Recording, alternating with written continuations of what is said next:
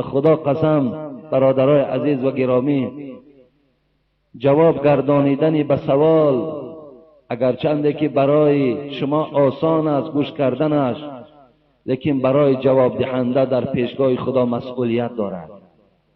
شما تصور کنین که یک جوابی که من برای شما میگویم به همون خدایی که هستی ما در دست اوست دل ما میلرزد، زیرا که فردا از این سوال، از این جواب ما را پروردگار میپرسد که سوال این انسان به خاطر چی این گونه جواب گفتی، برای چی این سوال به یگان تحقیق کردن، به یگان گویم که فکر کردن، به یگان در کتاب خدا ندیدن، برای افتخارت، برای که ترا ملا گویند، برای که آبروی تو نریزد، برای که مردم عزت تو را همیشه نگه دارند، به خاطر مال مردم، به خاطر منصب مردم، به خاطر بنده های خدا شده این سوال این گونه جواب دادی، پیشگاه خدا در این عذاب دارد. و این خاطر از خداوند من همیشه خواهان این هستم که خدای مهربان هیچ وقت در جواب گفتم غرض وجود نداشته باشد و خاطر بینی نداشته باشد و چیزی که خدا برای ما بندگان گفته است همون به گوش شما رسانه.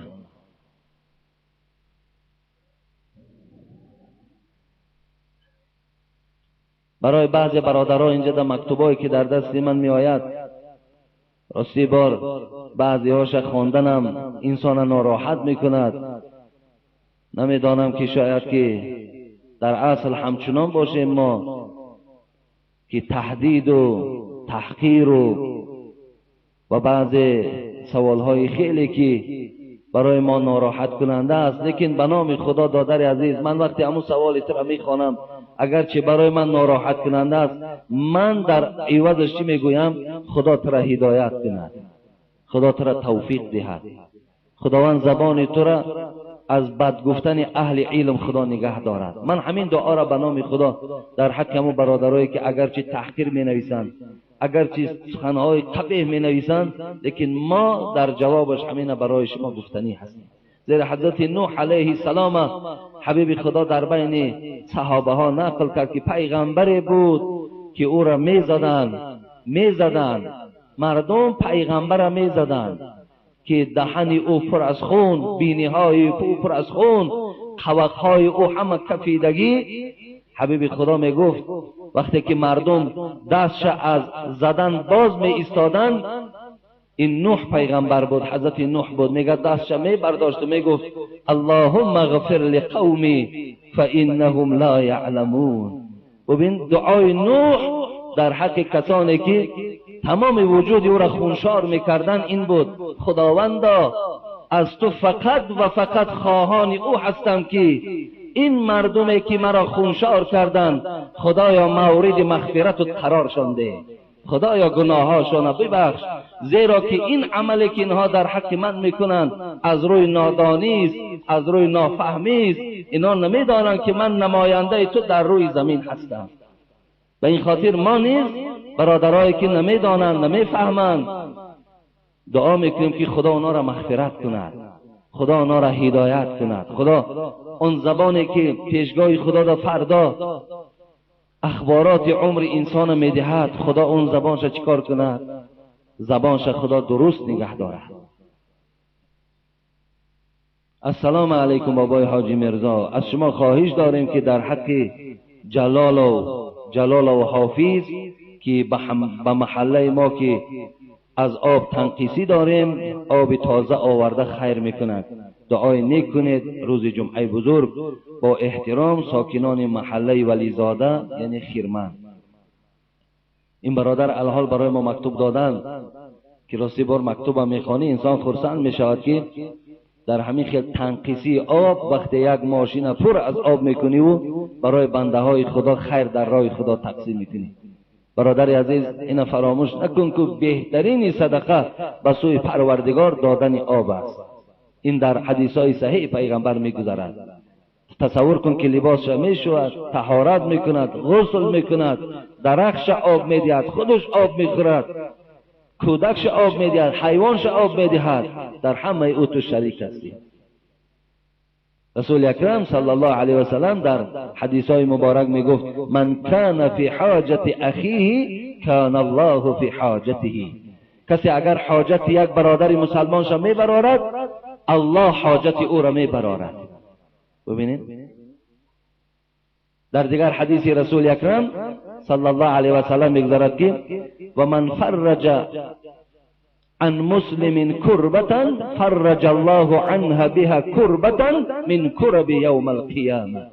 کسی که اگر یک سختی بالای یک برادر مسلمانش می آید، یک تنقیصی دارد، همون سختی ها را تو دور میکنی، پروردگار سختی های تو را در روز قیامت دور میکنه.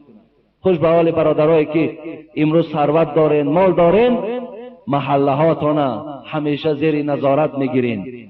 محله هاتون گویم که شب می نشینین فکر میکنین کدام خانه تنقیصی دارد، کدام خانه رنگ خانه من گوشت ندارد، کدام خانه مثل خانه من آباد نیست، کدام خانه گویم که فقیرن، محتاجن، دست نارسند، و روز شود و تو مبلغ جدا کرده در اون خانه دادی. خوش به حالت برادر عزیز که تو در همین دنیا ایستادگی جنت برای خود خریدی. الله که برای خود زمین های جنت خریداری کردی. برادر عزیز به خدا قسم این حق است، این سخن خداست. شما در همه جا ایستاده جنت خریده میتونید.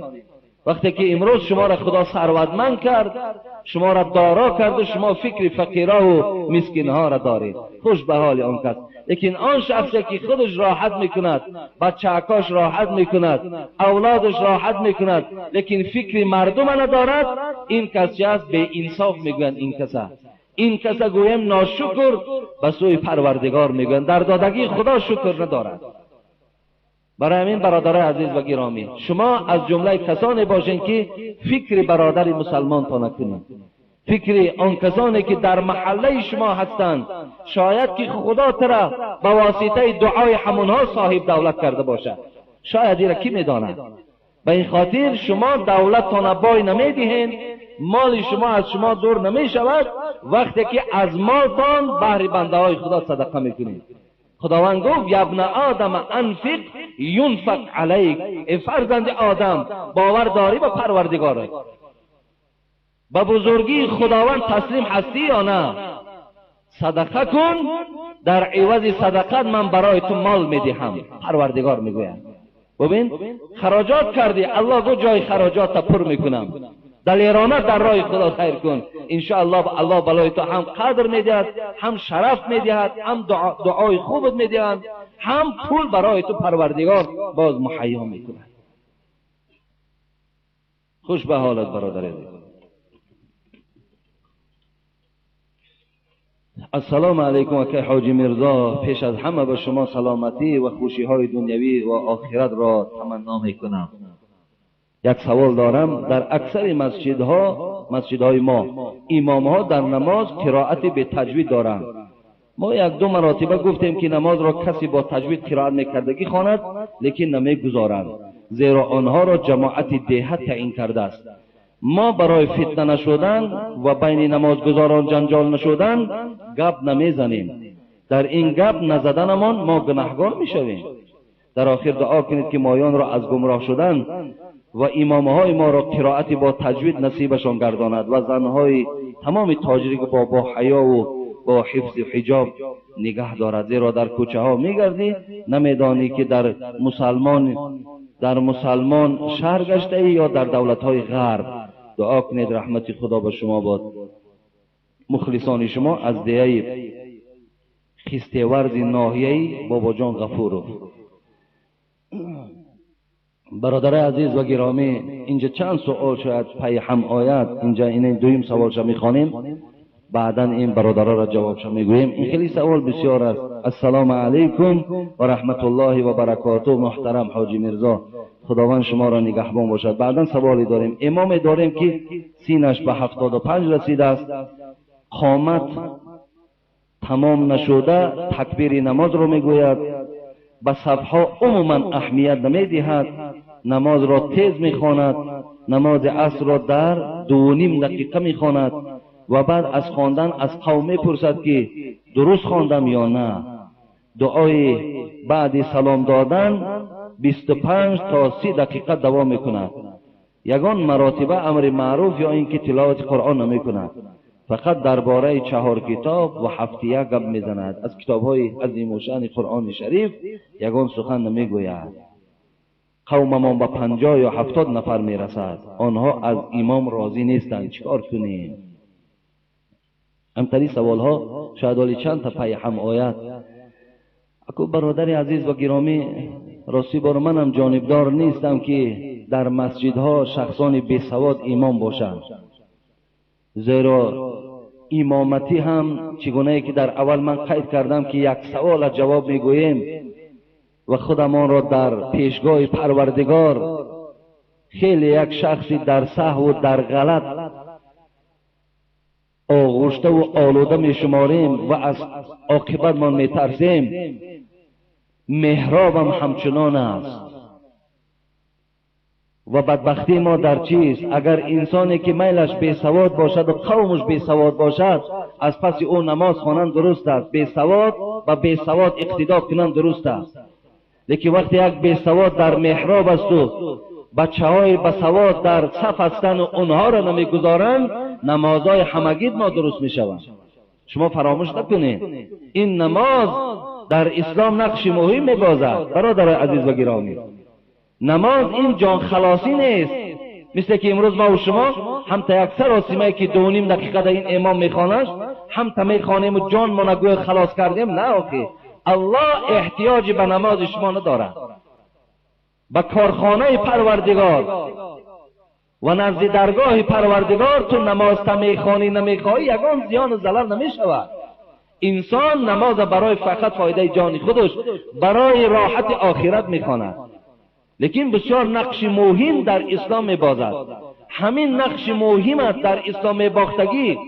وقتی در نقش مهم یک انسان عامی بازی میکند، این کلا غلط و نادرست است. شما هم بنده‌های خدایین و شما هم دعوا کنید گویین که تو حق امامتی نداری، فلانی حق امامتی دارد، و ما نماز میخواهیم خواهیم، ما قیامت ما نمیخواهیم آباد کنیم. آخی اگان جای خطر نیست؟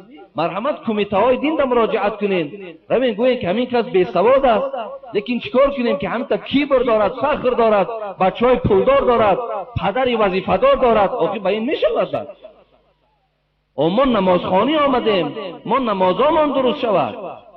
از پس این نماز درست نیست، این کس بی سواد است، قرائت به تجوید است. پس فلانی ما داریم آدمی که با سواد است، وای نماز در اومده خواندن گیرد. ای برادر عزیز، آخه از خدا ترسیدن در کار. در کتاب مختصر، مرحمت مختصری که تمام طالب علم امروز درس میگیرند، مرحمت تمام شرحاش قریب 70 نمود شرح زیاد دارد. والاولا بالامامت اعلم بسنتی گفتند. ببین کی حق امامتی دارد؟ آخه در امامتی ساله و ریش و پول و منصب و اینا نقش نمیبازند.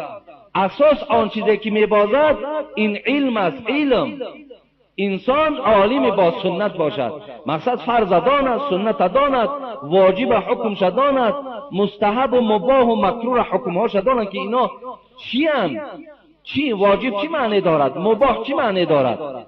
در نماز کدام عمل ترک میکند خب با سجده سهو درست میشود یا نماز فاسد میشود. و اینها را که ندانی کجا امامتی میکنی؟ و تا اگر انصاف داشته باشی خودت میگوی بچه می خوش به حالت نماز ما را خوانده ده که من بی سواد آدم هستم، انا خوش به حالت تو مسلمان کاملی. ولی امروز با رمضان نزدیک آمده سه هر جا که ملا با پیدا شدن میگیرد، هر کس ولی دعوای ملایی را کردن میاد برای که چی است؟ صدقه فطر دارد. ولی ببینید نه برادر عزیز، به خدا ولی مسجدای هست که پاش ماندگی نیست. انا که رمضان که آمد بعد میآید بعد دعوای ملایش کردن میگیرن. انا میخیل انسان ها حق امامتی ندارن. برای همین برادر عزیز کوشش کنین، خودتان روین مراجعت کنین، انشاءالله بعد داد شما میرسن. اکو جماعت حقوق امام ماندن نداره، جماعت کارش به خودش است. شما رفته در کمیته دینی در همین شهر کولاب خوب آمده مراجعت کنین، روان مثال مجلس میکنن، مردم را جمع میکنن، امام تو را انتخاب کنین.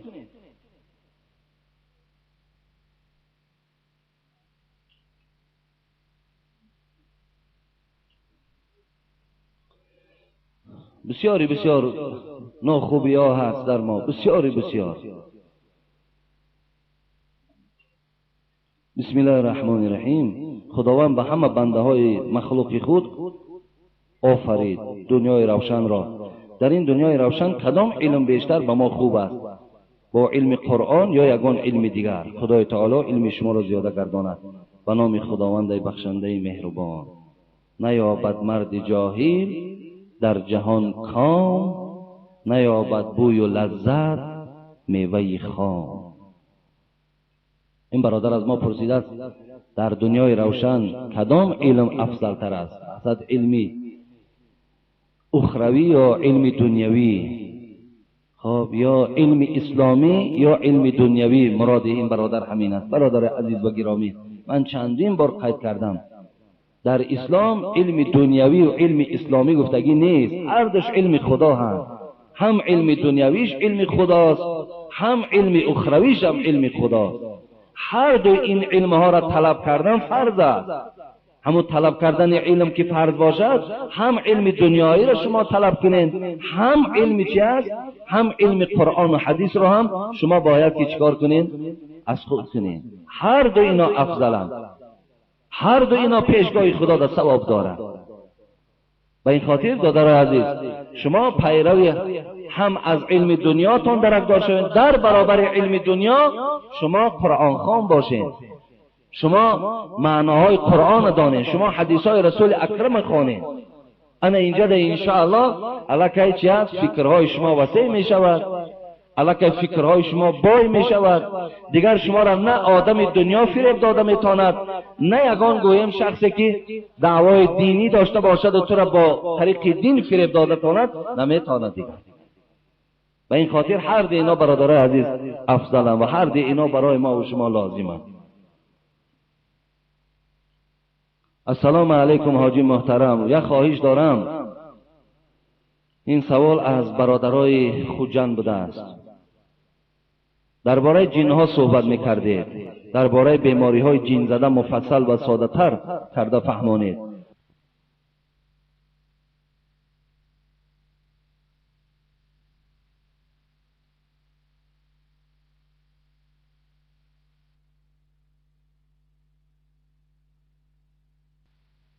کردن ملاها جادوگرها میگفتید خوب میشد، زیرا مردم برای شفا نزد جادوگرها فالبینها میروند که در پیش خود کتاب قرآن دارند، سفر حج میکنند ولی زنهای بیمار را به سطر قبول میکنند. آدمان فالبینها را ملا گفته زیارت میکنند. شناختن ملاها را فهمانید. چندین نفر را از راه حرام شفا داشتن نتوانستند. شاید سخنهای شما تأثیر کند. مرا دعا کنید. خدا حافظ.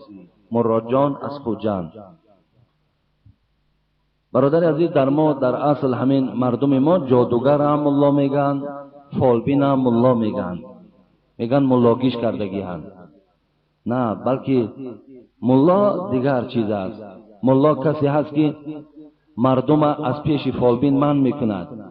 ملا کسی هست که مردم به نزد جادوگر رفتن ده من میکند که نزد اونا نروین. فرق خیلی کلان دارد. جادوگر کافر ای، ملا مسلمان ای. فالبین کافر ای، ملا مسلمان ای. برادر عزیز و گرامی، همین فالبین ها و جادوگرها وقت در کتاب میخوانیم ما وقت جادوشان تأثیر میکند که در حالت جنابت باشند. در حالت جنابت همون خط و خطچش هم مینویسه میتد، بعد سخنش تأثیر میکند. تا اگر انسان کافر نشود جادوگریش تأثیر نمیکند. تا اگر آدم این کار خدا نکند فالبین شیده نمیتواند. از خدا روی میگردانی بعد جادو تأثیر میکند. از اسلام روی میگردانی فالبینی تأثیر میکند. بعد این مردم ساده ما و شما دنبال اونا را میگرد که اونا راست میگویند. وقتی همین شما گفتین راست میگویند، پناه به سوی پروردگار که به خدا قسم به از روی گفته پیغمبر خدا الکه چی می شود؟ انسان کافر می شود با همین قرآنی که پروردگار به ما فرستاده. سخن اونا را راست میگوید، اصلا در زبان تا نگردانید. اگر راست حتی نمون سخن همین تطور دیدن نام تگیرد یا بچه تا نام تگوید، بگو دروغ میگوید تو بدبخت. برای او آدم نامسلمان است. این فرق دارد، فرق خیلی کلان دارد. الحمدلله که در این وادی‌های ما و شما جادوگرها و فالبین‌ها کم است. اینا در مرکز زیادن، در پایتخت آنقدر ترقی کردن که پیش کدام از اونها میرویم، مثال وقتی در همون ناحیه در همون محله که زندگی دارد فقط در نوبت زنها هستند، فقط زنها در نوبت جادوگرها ایستادگی هستند. همه اونا چی هستند؟ بیچاره از روی نافهمی و بیعقلی چیکار میکنن؟ خواه بخچه میکشاید، خواه بالای شوهر خشا میخواهد کلان کند، خواه خسور و خوشتامند دهن و دندانش میبندد، خواه همون خانه را گردگردان میکند که از اونجا جدا رفته در یک جای دیگر زندگی کند. فقط مرادشان همین است. برای همین نزد اینها در رفتن دادر عزیز از این در مردن خیلی بهتر است. خیلی بهتر است که انسان هلاک شود و پیش اینها در قدم نزند. بسیاری بسیار بدبختی دارد. این قرآنی که در پیش میمانند این حله است.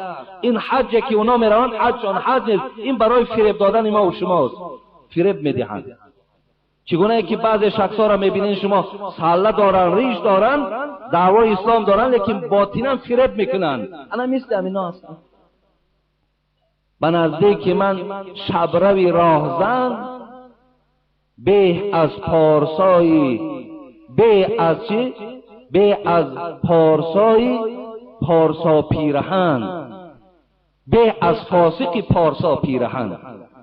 حضرت گفتن که به نزدیک من شبروی راهزن، یک شبروی یک آدمی رهزنی میکنه در شب، خب مردم آزار میتد، مال اسباب انجامش میدزدد، به از فاسقی پارسا پیرهن. ببینیم به از آن کسی که پیراهنش لباساش لباسای گویم همین تا دیدن برابر انسان، خور مولوی میگد، خو شیخ میگد، خو اولیاش میگد، لیکن درونش فاسق است. انا اینها چگونه که خیانتی در اسلام میکنن، یعنی مراد از اینا شما فریفته نشید که یگان شخصی را دیدین که همین وایما مثال لباس سله و کله و گوین همه اسلام در همین است، هر چی شما را نه، اینا تحقیق کنین برادران، تحقیق کنین. این بسیار خطرهای کلان دارد. در لباس ما را فریب میدهند، اینش خطر دارد. مخورسایی فریب فضل عمامه زاهی که در گنبد به مغزی صدا بسیار میپیچد. حضرت گفتن که همین سله های کلان فریب نخورین که همین گنبد هم خیلی کلانه که مغز ندارد. فریب نخورین، مقصد بسیار بسیار احتیاط کنید. ما اینجا تأخیر سله نمیراد، تأخیر ریش نه، بلکه شخصانی در همین لباس در آمده و در اسلام خیانت میکنن، مراد این است. همین جادوگرها هم حج میکنن، قرآن در پیشان، لیکن با اینا ما را فریب میدن، میگن حاجی است، از قرآن میکشوید. او دروغ میگه برادر، قرآن چیزی ندارد، قرآن فقط برنامه تربیوی دارد.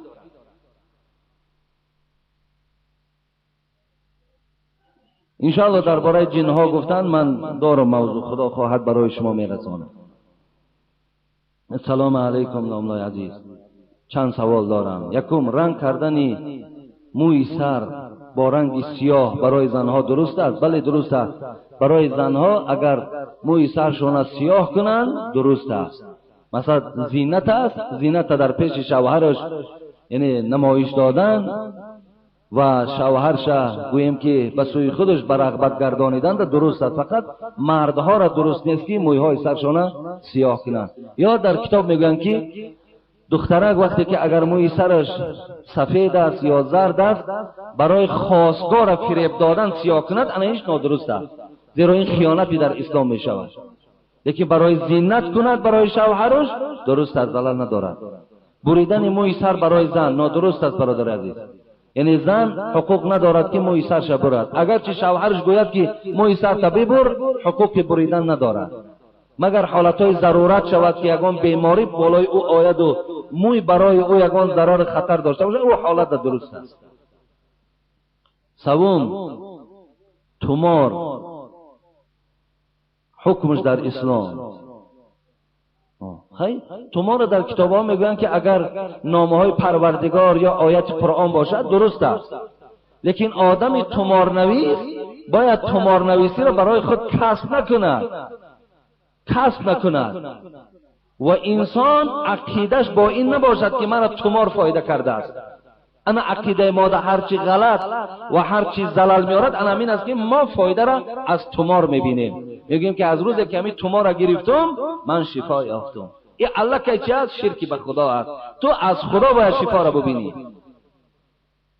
انامین خطر دارد که اهل علم خدا خیرشان دهد اکثرش من میکند که نگیرین، به خاطر همین است که شما شفا را از تومار میبینید، شما شفا را از آدم میبینید، نمیگوین که خداوند برای من شفا بخشید. خب چهارم سوال، حدیثی که فرق بین مسلمان و مشرک صلح است چگونه است؟ نه این نادرسته برادر عزیز. حدیث است، یک حدیث ضعیف است. والله علم علی قاری هم آوردگی هست در موضوعاتش که این در کتاب مشکات است که فرق، یا در مرقات است شرح مشکات ده، که فرق بین مسلمان و غیر مسلمان صلح است. یعنی صلح داختی مسلمان، صلح نداختی تو مسلمان نیستی. گفتگی یک حدیث هم کدام حدیث نادرستی را در کتاب ها آوردن، نه این معنی او را ندارد. فرق بین مسلمان و کافر به صلح نیست، فقط صلح فضل. هر کس دازد انشاءالله در پیشگاه خدا ثواب میگیرد، گناهگار نمیشود.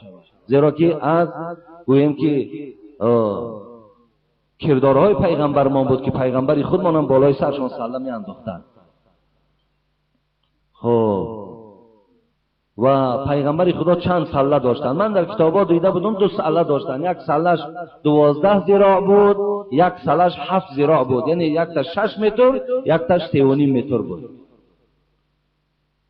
خب پنجم، ملا چی معنی دارد؟ ملا کسی که عالم دین است، کسی عالم شریعت است، کسی که دانا هست، کسی بسیار میداند، این را ملا میگن. یعنی از کلمه پور گفتگی ده، پور است. مثال شکر هم میگویم آن چیزی که لازم باشد وای میداند، وای ملا میگویند.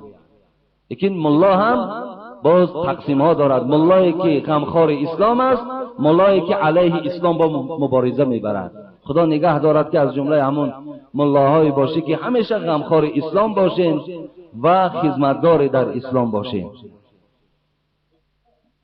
السلام علیکم محترم بابای حاجی میرزا، ما یک گروه خوانندگان مکتب هستیم، با سوالهای ما جواب گردانید. یکم، استفاده کردن حسیب، تخم، رولتون و آبهای نوشاکی یعنی پپسی کالا و ارسی کالا درستن اینا؟ مثلا حسیب هایی که اصلا کلبسه میگویم ما و شما، حسیب، تخم، رولتون، خواه ارسی کالا باشد، خواه پپسی کالا باشد، خب همین نوشاکی هایی که آبهای میوهی که امروز میفروشند، همون ترکیباتاشون نگاه کنین. یگان چیزی حرام در همون اگر نشانداد نباشد و خوردن گیریم باکی ندارد. ولی امروز که حسیب ها را بینین همش در تنش حلال نویساندگی، ترکیبات چه میبینی؟ امی یا گوشت گاو یا از گوشت مرغ، خب یا نمک دارد یا یگان چیزی مثال خوشبویی زدگی است. یگان چیزی حرام کرده در ترکیباتش نیست. مادام ترکیباتش که چیزی حرام نباشد درست از خوردن میگیریم. یا شکلات، شکلات هایی که هستند ترکیباتش نگاه میکنیم، یگان سپیرت و یگان نمود گویم که از همون حرام کرده ها نداشته باشن خوردن میگیریم باکی ندارد، یگان زلال زیان ندارن اینا. خب دوم، در نزد برادر و پدر و دختر میتواند که در نزد برادر و پدر دختر میتواند که دراز کشد یا نه؟ از روی آداب نیست. مثلا دخترای ما و شما قدرس باشن و خیلی خوردکت باشن، پیش پدرش برادرش دراز کشیده خواب کردن گیرد. یکی وقتی دختره که قدرس شد به بلاغت رسید، اکو اینش به حیایی است که او در پیش پدر و برادرش دراز کشیده خواب کند. زیرا این خواب است که در حالت خواب از آدم هر چیز گویم که صادر شدنش ممکن، یک لوی دامن بالا شدن ممکن، خواب یک کرتد یک پایان بالا می شود. مقصد هر چیز در حالت خواب انسان مشاهده کرده میتواند. به این خاطر به خواهرای عزیز میرسانیم که هیچ وقت در نزد برادرش پدرش چیکار نکند، دراز نکشد، که این از روی آداب نیست، این از روی گویم که شرم و حیا نیست. ولی امروز یک برادر سحر خانده بودن، گفت که مزار حضرت سلطان رفتیم، در بالای کت هم تا زنکا زیادن که خواب کدگی و پوش دادگی مردکا و پیشون رفته و آمدیستن. که همیتا که مردکی که زنش صاحب نداشته باشه دیگه هم پیشوی مزارا میآویش، صاحب نداره و بیچاره خیلی چیکار کنه؟ صاحب که باشه نخواه که زنک به زیارت مزار روان کنی. آخه زیارت مزار شرطه یا زیارت تو ای مردکی خوب؟ کدامش شرطه؟ کدامش ضرورت داره؟ او در قدم زدگیش به همون طرف گناهگار می شود. او شما نخواه ندانین همیره. آخه نخواه همین قهر غیرتی نداشته باشی که بگوی زنک ایامون زیارت همون رفتن و ای طواف همون را کردن، همه یک تبسم طرفی من یک بار لبی بگو، یک سال ثواب حج خدا در نامه اعمالت می نویسه. یک بار تو بگو من وقتی گویم که ای آچه فلانی فیرادت کنم، تو لبی بگو، حبیب خدا گفت همچنان است که تو یک سال ثواب حج در نامه اعمالت می نویسه. یا چند طواف خانه کعبه کردن با یک کلمه لبی به سوی شوهر در نامه اعمالت خدا می نویسه. ایو را زیارت به تو چی فایده است؟ چی در کار است برای تو؟ آین مرحمت الله که ایراتون میگیرن، میرین بالای کت خواوین، در حالت خواه هزارها مردکا گذشته و شما را تماشا میکنن. آیا شما برای عاصی شدن میرین؟ آیا شما برای نمایش دادن میرین؟ برای چی میرین شما؟ آخه اگر مرادتان ثواب باشد خواهرای عزیز، او در پیش شد، خلطه ثواب در پیش شد، چی قدر میخوای ثواب گرفتن بگیر، در پیش دور نره. این مرحمت این عاقبت مثال گویم به نظارت گذاشتن ما و شما، اهمیت ندادن ما و شما.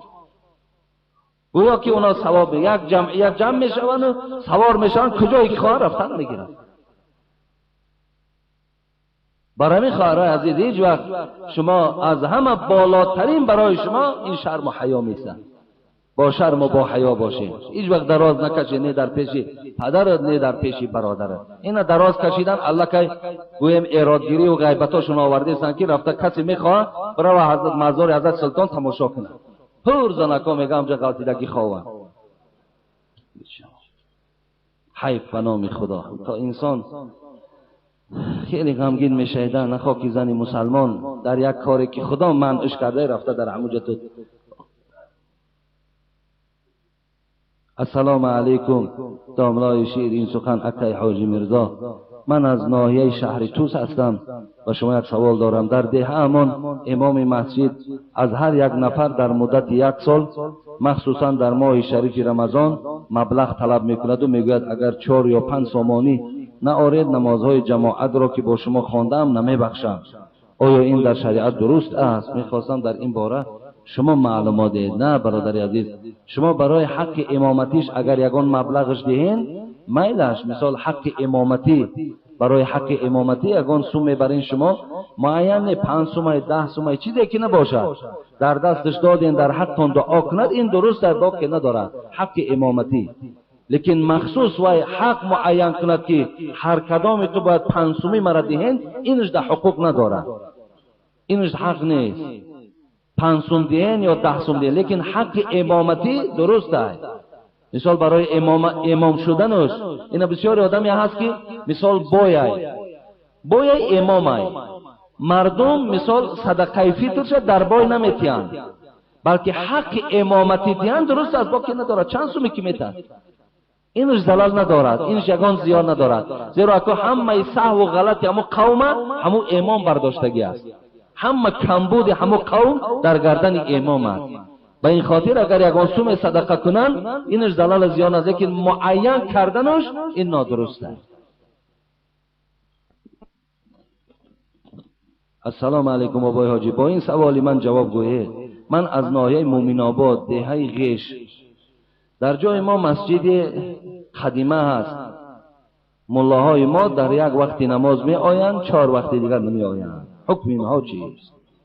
امر معروف نمیکنند، کسی دیگر رو نمیمانند که امر معروف کنند. اینش که از روی حسد است، از روی بخیلی هست که خودشان امر معروف نمیکنند لیکن دیگرها را هم نمیگذارند که امر معروف کنند. اینش اکو بدبختی است. ولی در مجلسی گذشته، موضوع گذشته مجلس در حکومت شده بود که گفتیم جناب مفتی آمده بود، نماینده های دستگاه پرزیدنت آمده بودن. همجا موضوع چی بود؟ تازه نگه داشتن مذهب. و ما مذهب ما تازه نگه می‌داریم، ما از مذهب ما پشتیبانی میکنیم، زیرا مذهب ما این پیرو به قرآن و به احادیث های رسول اکرم است.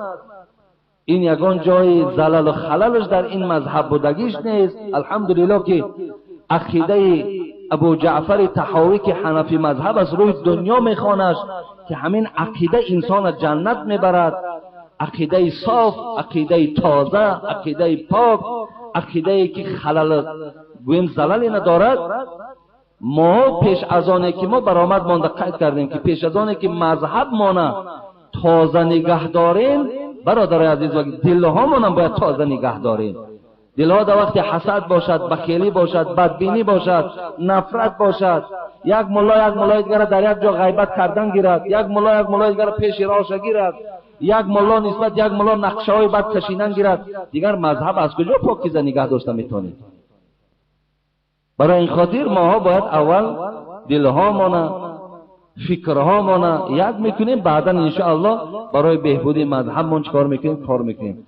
اگه خدا انصاف داده برادرایی که در این ناحیه مومن آباد هستند که به همه نمازها آمده اشتراک کنند و برادرهایی که اونجا قدرت موعظه کردن دارند، برای اینا خدا نصیب گرداند که اونها را هم گذارند که اونها به مردم سخن خدا و سخن رسول الله را رسانند.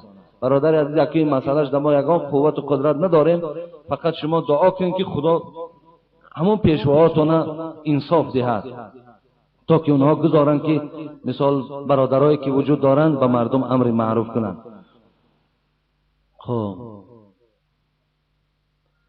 السلام علیکم محترم بابای حاجی میرزا، من الحمدلله یک خواهر اسلامی شما هستم. التماس با سوال من تعجیلا جواب گیرید. من میخواهم نمازهایم را با وقتش خوانم و ترک هرگز نسازم و هرچند که کوشش میکنم نمیتوانم. مثلا بعضی شبها نماز خفتن را میگویم که ساعت 2-3 شب میخیزم و میخوانم با نمازهای تهجد قضایی و در حق پیغمبرمان، اما میخیزم آفتاب برآمدگی است، نماز بامداد را نیز قضا میکنم. خب این چی میشده باشد؟ التماس در حقم دعای کنید که نمازهایم را به وقتش خوانم و به وعده های دادش وفا کنم. بابای حاجی میرزا، خب گویا که در مسجد شما دیسک های جادوکشا برآمده است، اون چه معنا دارد و برای چه هست؟ سوم، همین نماز تهجد را طرز خواندنش را به ما فهمانید. اینجا در دیسک های هستند که رقیه دارند، ولی اونها را شما برده در خانه گذارین. مثلا هر یک جین و هر یک ضررهای جینی که در شما و در خانه شما هست، همون رقیه هایی که علیه جین هست بچه‌ها میفروشند، همون دیسکا را برده در خانه تان مانند داره عزیز. او بسیار فایده کلان دارد. حتی بین رسول اکرم گفتن کسی اگر سوره بقره در کدام خانه‌ای که خوانده شود، در اون خانه جین اصلا خانه نمیسازد. پس همین رقیه‌هایی که ولی در دیسکا هستند شما برده در خانه مانند، تمام ضررهای جینی را در زن و تای، در پدر و تای، در دادر و تای، در خود و تای، در خانه تان است، همش دور میکنند. صدای قرآن است، انشاءالله خاندان شما از جنها تازه میشوند. نماز تهجد شما ساعتهای چخیل این خواهر قید کردن 2 و 3 شب خیسته 2 رکعت خوانین، بهتر شما میتونین 2 رکعت خوانین، 4 رکعت خوانین، 6 رکعت خوانین، 8 رکعت خوانین، نمازهای تهجد هم تخوانین. خوش به حال آن خواهری که نماز تهجد میخواند، خوش به حال آن جوان مردی که نماز تهجد میخواند. این نماز نافله است، مقصد خوانین بسیار ثواب ها دارد، نخوانینم شما گناهگار نمیشین، یا یک شب خوانین یک شب دیگر شب که نخوانین شما گناهگار نمیشین، فقط ثواب در پیشگاه خدا میگیرین. و خواهر عزیز، برای آنکه شما اعتمادی ندارین، یعنی باوری ندارین که مقصد بیدار میشوین شب، به این خاطر شما خفتن در وقت خفتن خوانین، یعنی در وقتش مقصد حاضر ساعتای ما و شما میخوانیم از ساعتهای 9 و نیم تا 10 خب نمازهای خفتن میخوانیم. بعد خفتن تو تهجد تخوان، زیرا الله که در تو یعنی حاصل شد که تو بیدار نمیشوی. اما بعد خفتن 2 رکعت نماز تهجد هم خوان و خواب کن، ان شاء الله خدا برای تو هم ثواب تهجد و هم ثواب خفتن نصیب میکنه. السلام علیکم دام الله حاجی میرزا، من ظاهرشاه استقامت کننده دهه قربان شهید نایه واسع هستم. در قشلاق قربان شهید نیز مسجد جمعخانی ساختگی، دیگر روزها آن طرف استاد، حتی در روز جمعه محراب مسجد ما یعنی منبر رسول اکرم را تا سر شدن نماز جمعه خالی میبینم و دلم میسوزد. داملای عزیز همراه قوم دعا کنید که محراب مسجد ما نیز چون شما صاحب پیشوای حقیقت گو گردد، دعا کنید التماس. اشاره خیلی مسجداشون محراباشون خالی، مقصد موعظه نیست یا اینکه شاید که خیلی موعظه هم باشد، یگان چیز حقیقت بیان نمی شود. خواهش دارم که همه محراب ها پر از آدمای موعظه کن باشد تا که مردم هدایت یابند. خدای مهربان ما دعا میکنیم که خداوند تمام محراب هایی که در این جمهوری ما هست، پروردگار از اهل علم اونها را پر بگردان. خدایا از محراب ها آدمای جاهل و نادان و آدمایی که برای آبادی دین و اسلامشان حرکت ندارند، خدایا اونا را از محراب ها خالی بگردان و خدایا منبرها را پر از آدمایی که حقیقت را بیان میکنند، سخن خدا را به گوش مردم میرسانند. خدا در منبرها این گونه بندگانت را هم موفق و میسر برای بندگانت بگردان. آمین یا رب العالمین. السلام علیکم آقای حاجی، با سوال ما جواب گویید. روزه را پیش از شام میشکایند، ممکن است یا نه؟ که نورول انشاءالله دادر عزیز وقتای نماز ما موافق نیستن، یعنی شام و خفتن و بامداد ای بی قوم است. چیکار کنیم؟ یگان جمعه در باب سطر شما صحبت داشته باشیم، انشاءالله صحبت میکنیم. لیکن نماز شام یعنی روزه را پیش از شام میشکایند یا وقتای نماز ما طوری نیست، خیلی نو قدر مشکلات ندارن. وقتای نماز حاضر همه مسجدات هم تا یک ساعت ها ماندگی است، از همین ساعت ها رفته در مسجد ها تون گذارین درست میشه، یکان مشکلات ندارد. این به عرض سوال هم نیست. یک رمضان آیت کو حاضر گفتیستن 1 سپتامبر رمضان است. نمیدونم که تا چه اندازه این حقیقت دارد ندارد، فقط الحال ما نوکی که در همون مرکز بودیم همونجا گفتیسته بودن که 1 رمضان است. های نمیدونم ولی حقیقت چه باز بیان میکنن. و همین خاطر بعدا وقتاش که آمد من برای شما معین میکنیم انشاءالله. السلام علیکم محترم داملا حاجی میرزا، از شما خواهش میکنیم در حق برادرم الهام جان دعای خیر کنید که حالا با تهمت در محبس نگاه داشته می شود، از محبس آزاد شود. برادر من یکی از اخلاصمندان شما می باشد. برادر الهام جانم که خیلی وقت در همین مسجد ما و شما نماز جمعه می خواندند، الحال میگوید با تهمت در محبس محکم است. خدای مهربان اولا اون بنده هایی که قادری در تهمت هستند، خدایا این به انصافی را از اونا دور بگردان و تمام آن برادران از آن جمله الهام جان که با تهمت اگر در محبس باشد، خدایا با فضل و کرمت آزادش گردانی. آمین یا رب العالمین. به نام خداوند بخشنده عزیز و مهربان که اولا السلام علیکم خود را به شما میرسانم بابای حاجی میرزا. من از شما خواهش میکنم که با سوال من جواب گردانید. من از کلخاز بابای میرعلی محمد علی کسبم آموزگار. من 1 سال می شود که از شوهر جدا و در مدت 1 سال از او یگان نفقه نگرفتم. از او طلاق می خواهم، طلاق نمی دهد. او عائله دار شد و صاحب 2 فرزند.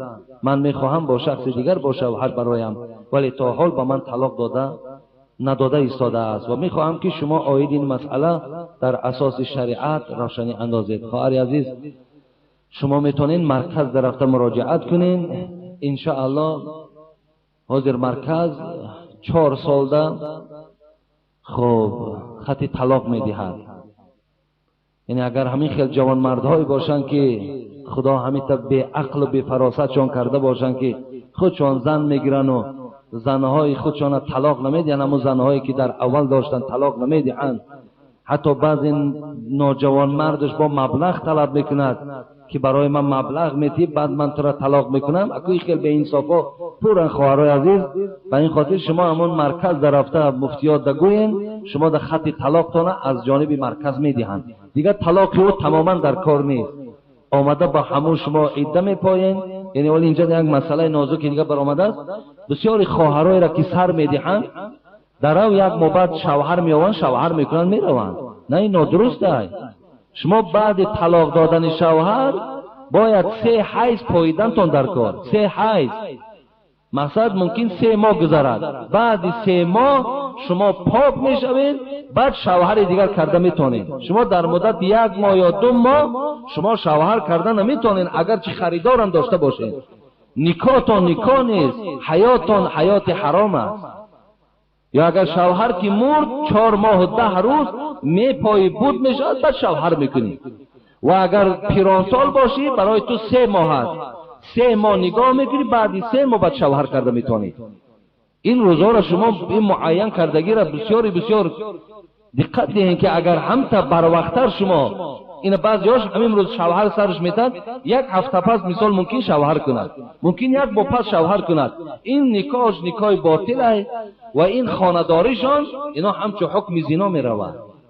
برای همین این مسئله را هم جدی اهمیت دهید. السلام علیکم بابای حاجی میرزا. سوال: من $2,500 مزد کاری دارم، از همان زکات همین ولی 1 سال که گذشت در دست تو که $2,500 باقی ماند، تو زکات ده، در گردن زکات دادن واجب میشود. دختره که محرم ندارد، با مردهای بیگانه با مشروطه ها نشسته، درست است یا نماز جمعه رفتن او؟ سوال: در حق بی نمازان دعا کنید که خدا نماز خوان شوند. یعنی البته دخترک ها در اتوبوس ها و مشروطه ها در پهلوی مردی بیگانه نشستنشان گناه است. اکو مردها امروز اگر عقل نکنن و بعضی هاش مثال شاید طلبگار هم باشن که در پهلوشان یگان زنی بیگانه نشیند. لیکن شما مردها، من در پاکستان بودیم، همون صفهای پیش مشروطه و اتوبوس ده یگان مرد حقوق نداشت که نشیند. همین قدر رعایت میشد که با در پیش فقط زنها می در آمدند، با در قفا مردها می در آمدند. یعنی همون داخل اتوبوس و مشروطه ها هم جدا بودند. و این خاطر امروز اگر ماها هم همین چیز اگر رعایت کنیم بسیار بسیار خوب میشه که خواهرها و مادرها را همراه خودشان در همون صفهای اول شینانیم، خدامان در آخر نشینیم، بسیار بسیار خوب میشود. اگر لیکن هیچ امکانیت نداشته باشد، اینش در با توبه به سوی خدا میکنی. زیرا در پهلو نشستنی زن یا تو در پهلوی زن نشستنی بیگانه ده هم انسان چی ندارد؟ حقوق ندارد. این هم از روی شریعت ما و شما نادرست است. خب سوال های دیگر انشاءالله من جمعه آینده جواب میگویم، زیرا که دیگر وقتم تمام شد و جمعه آیندهش خدا خواهد اکن اطراف نماز